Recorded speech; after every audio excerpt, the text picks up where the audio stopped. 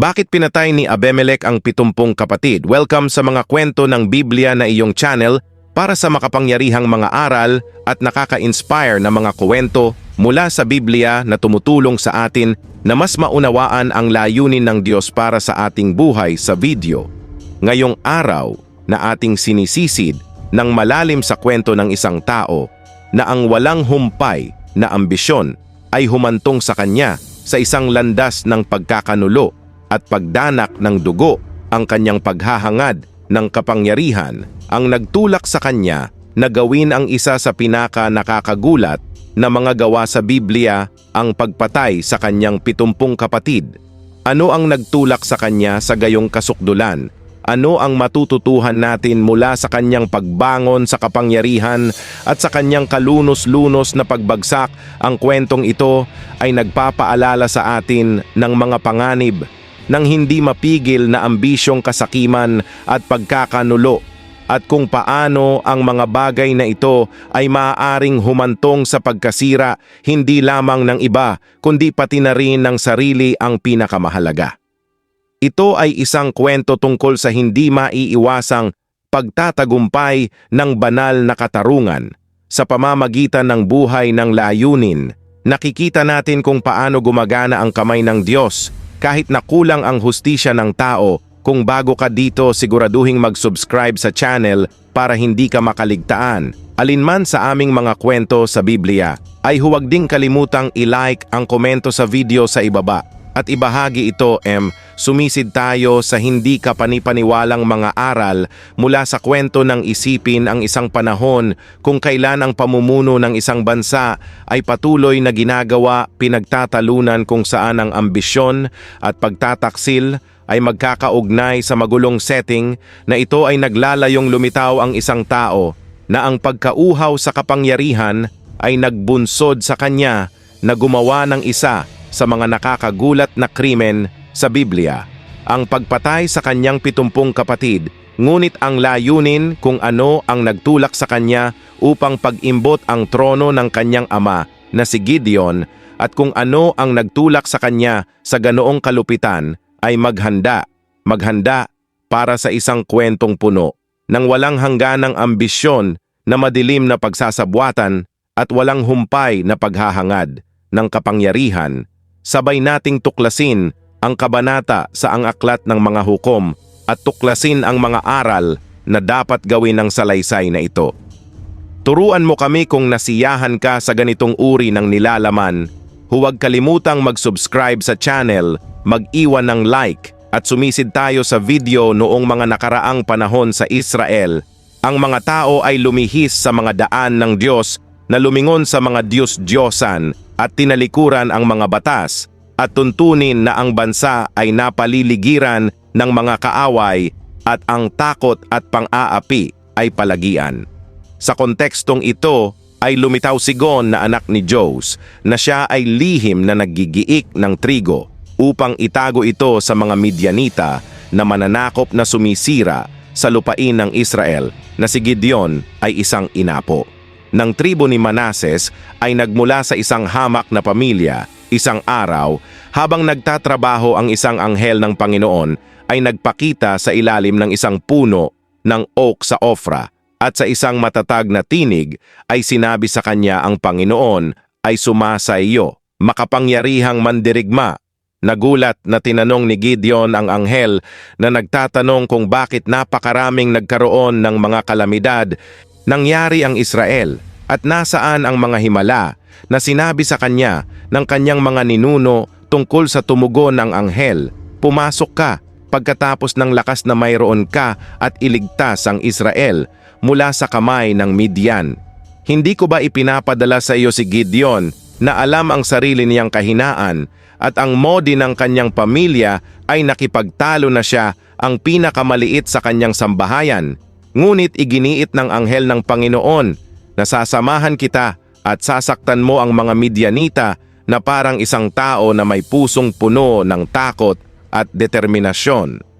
Si Gideon ay sinunod ang banal na utos. Nagtipon siya ng isang hukbong matapang.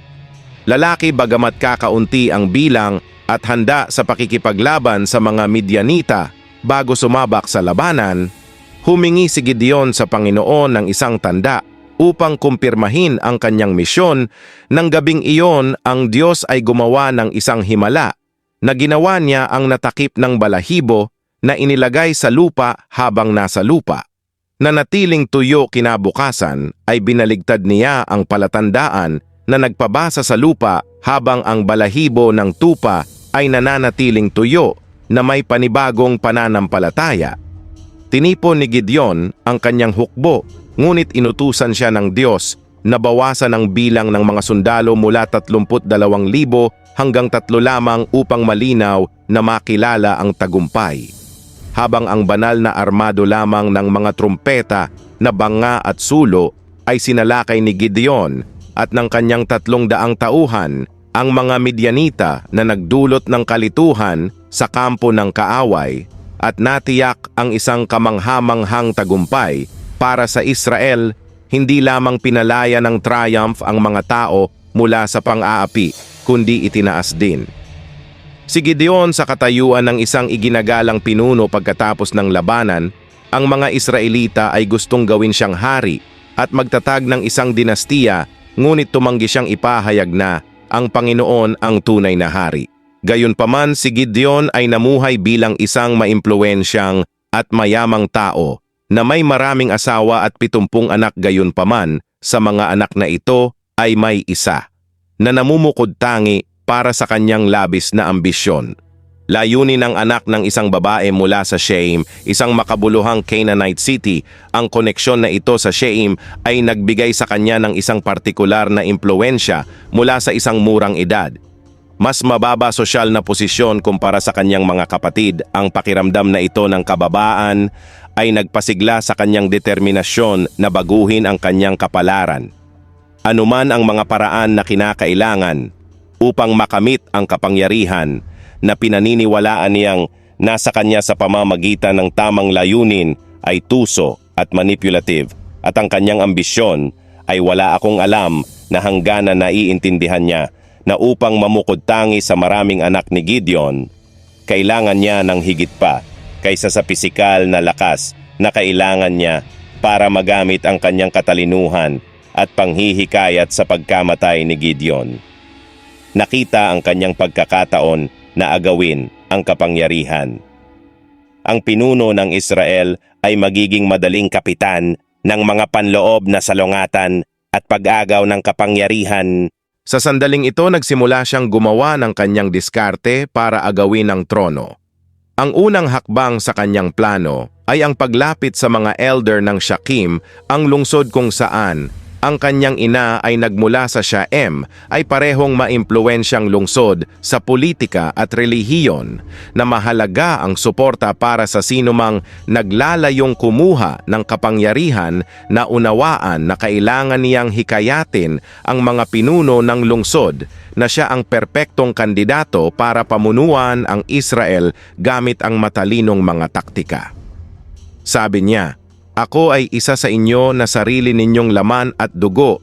Hindi ba mas gugustuhin ninyong pamunuan ng isang tao mula sa inyong sariling komunidad kaysa sa mga anak ni Gideon na walang kaugnayan sa lungsod na ito?"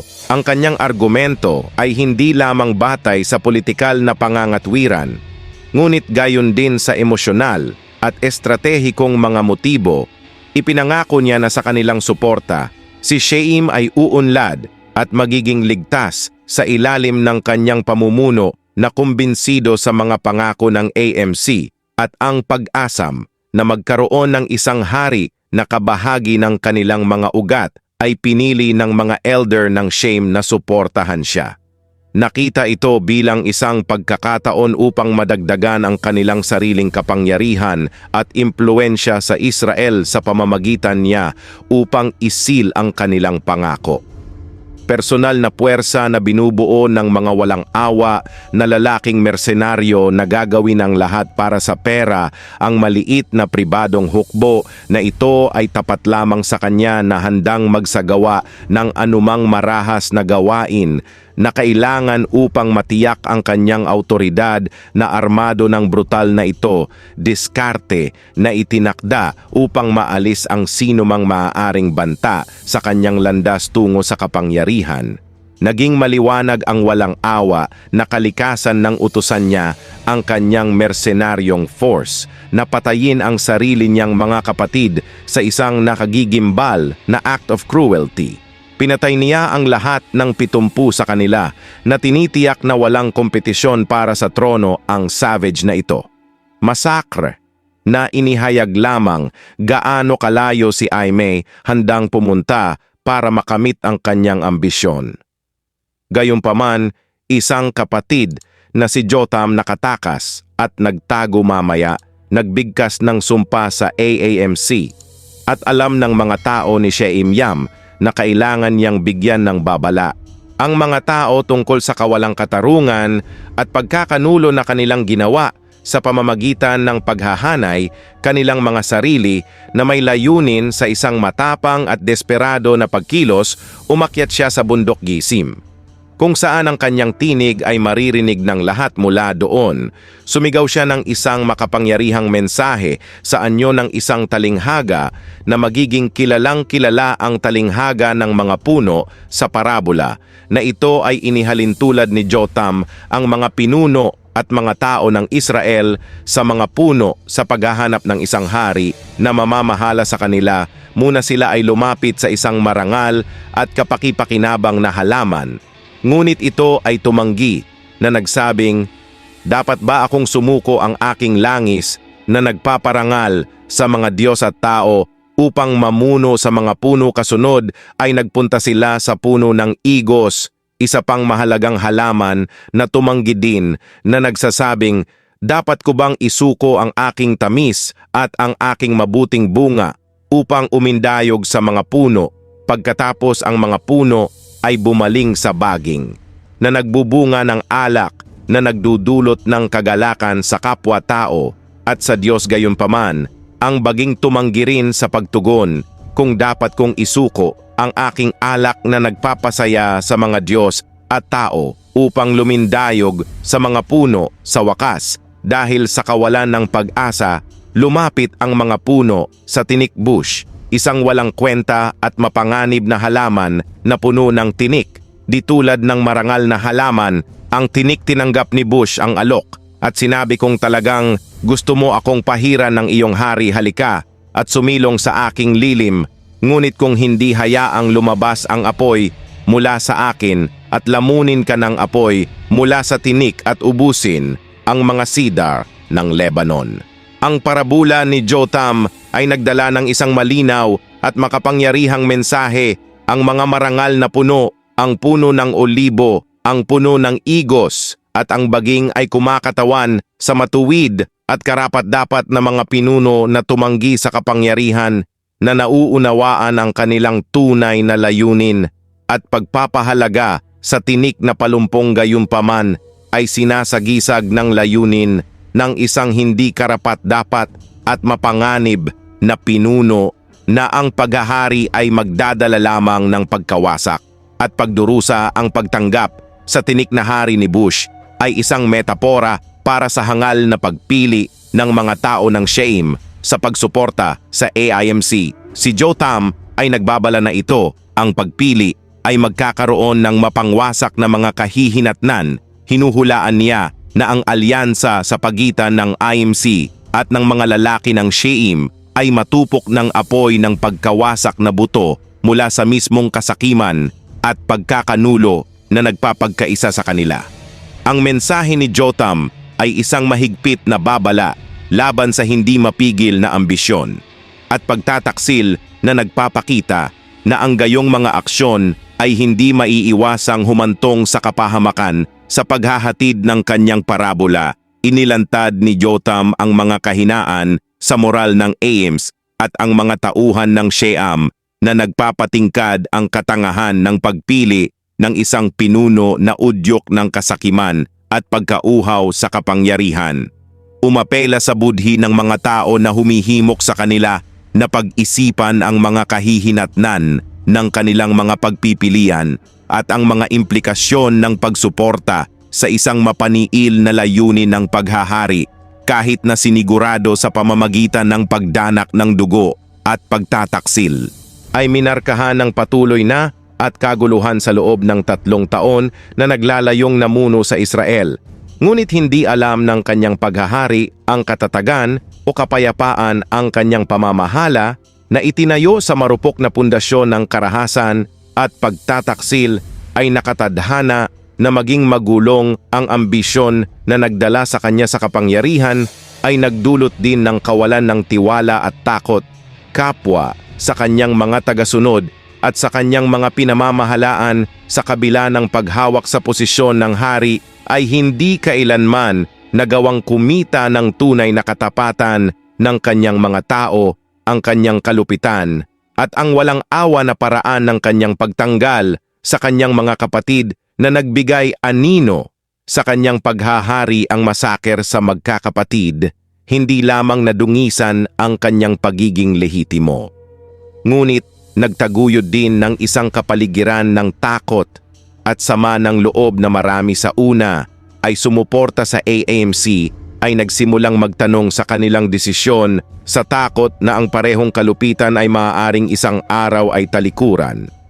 Pagkatapos ay ang kawalan ng tiwala sa pagitan ng IMC at ng mga tao ng Shesham ay lumakas sa araw na makita ng Diyos ang kawalang katarungan ng ang paghahari ng at ang malupit na mga gawa na nagdala sa kanya sa kapangyarihan ay nagpadala ng isang masamang espiritu upang itapon ang di pagkakasundo sa pagitan niya at ng mga pinuno ng Sheim na ang espiritu ng discord na ito ay nagdulot sa ibabaw ng mahabang kumukulo na hinanakit at mga hinala na tumitindi ang mga salungatan at nagpapahina sa anumang natitirang bakas ng katatagan ang lungsod ng Sheim na minsan ay pinuri ang layunin bilang hari ay nagsimulang tumalikod sa kanya ang mga tao ng Sheim na nagkaroon.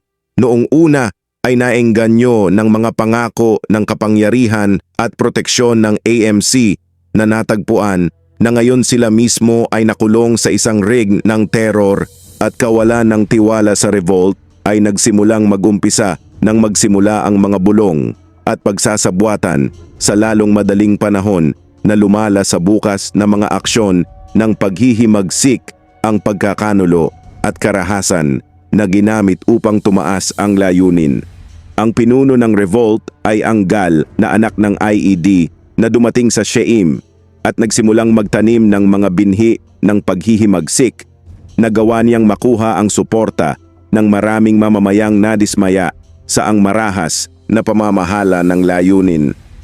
Sa isang kapistahan ay hinamon ng publiko ang layunin ng Gal na kumukwestiyon sa kanyang pagiging lehitimo at humihimok sa mga tao na bumangon laban sa kanya, ang mga tao na nag-alab ng madaling mahikayat na sundin si Gal sa kanyang revolt. Zibel, ang gobernador ng lungsod at tapat sa layunin, ay natutunan ang pagsasabwatan ni Gal at nagbabala sa AIMC armado ng impormasyong ito.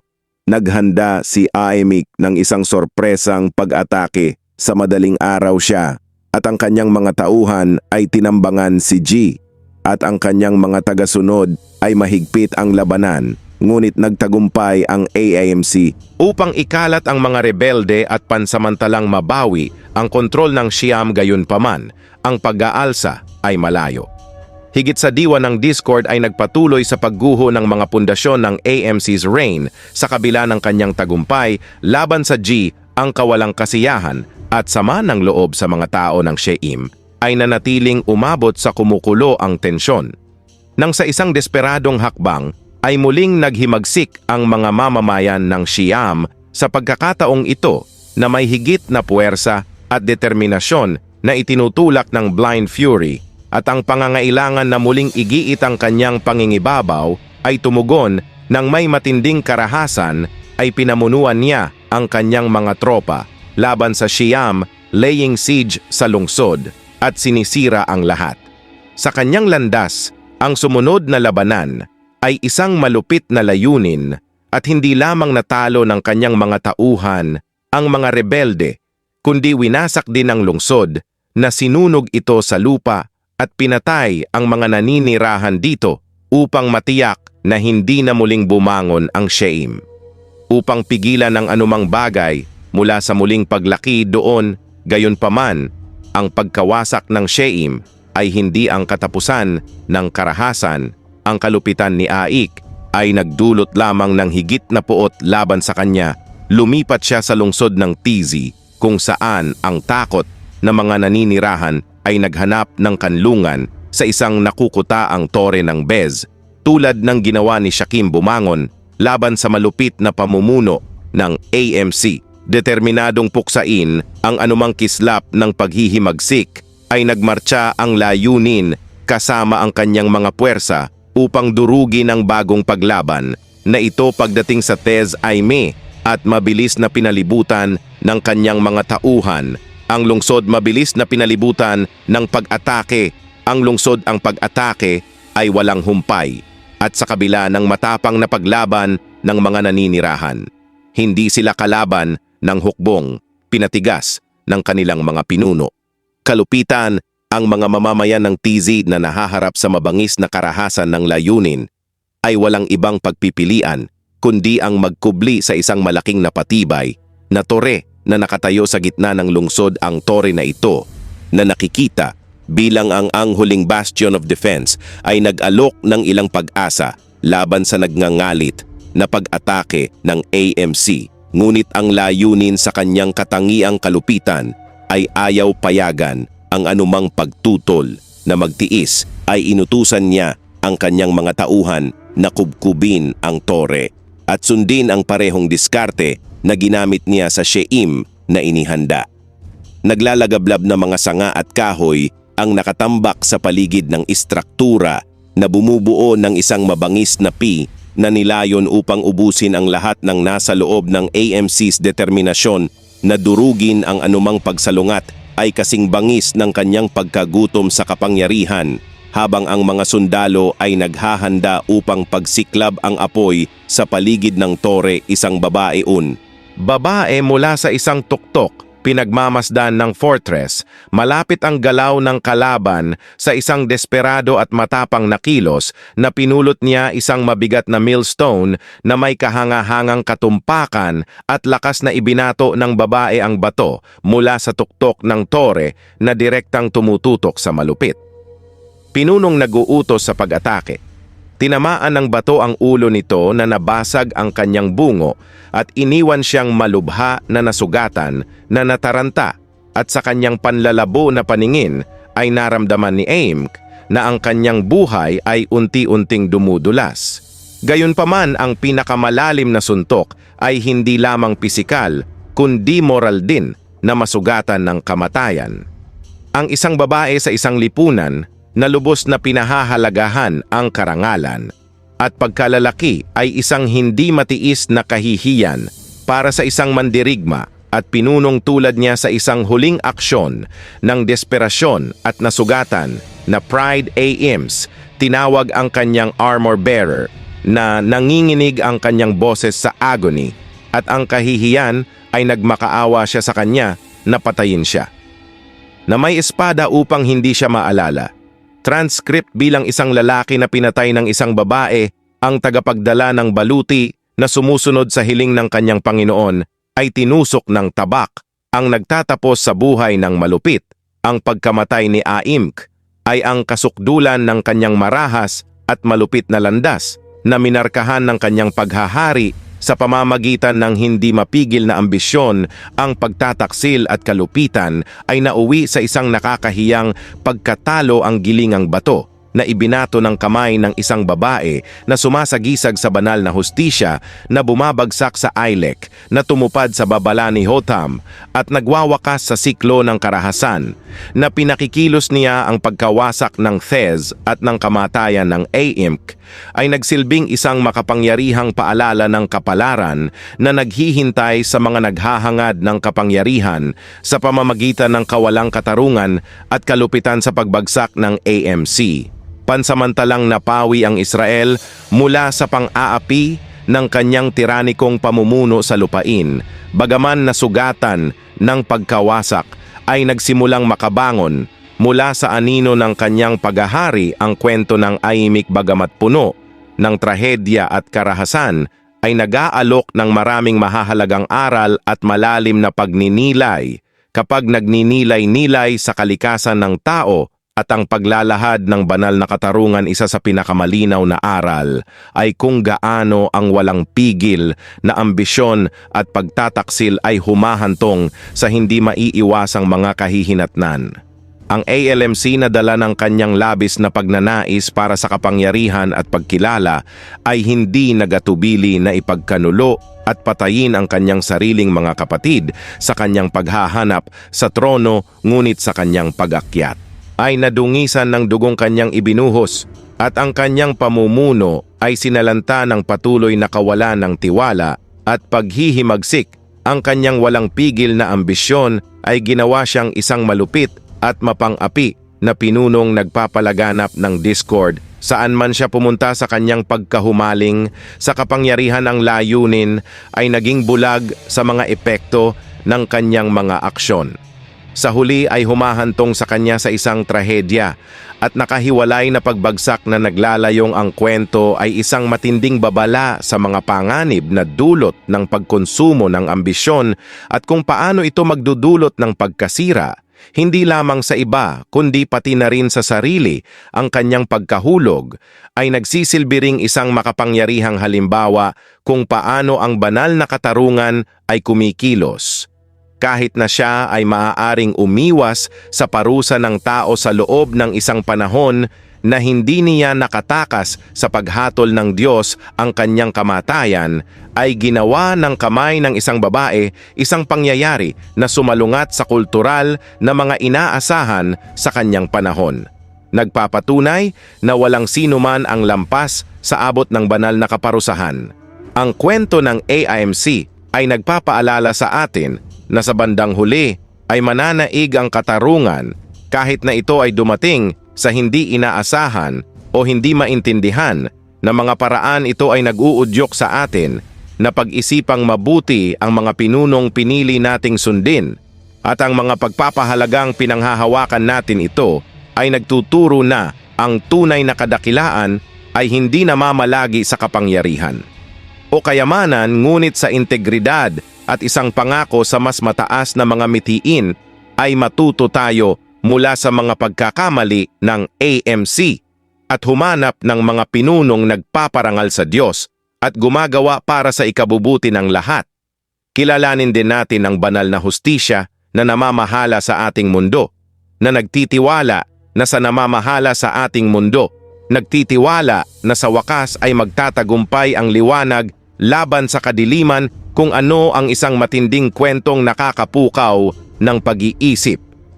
Ang Tale of Aime ay nagpapakita sa atin na ang paghahangad ng kapangyarihan sa halaga ng moralidad ay humahantong sa pagkasira ng kanyang ambisyon, ay nagbulag sa kanya sa mga kahihinatnan ng kanyang mga aksyon, ngunit ang katarungan ng Diyos ay nanaig sa huli.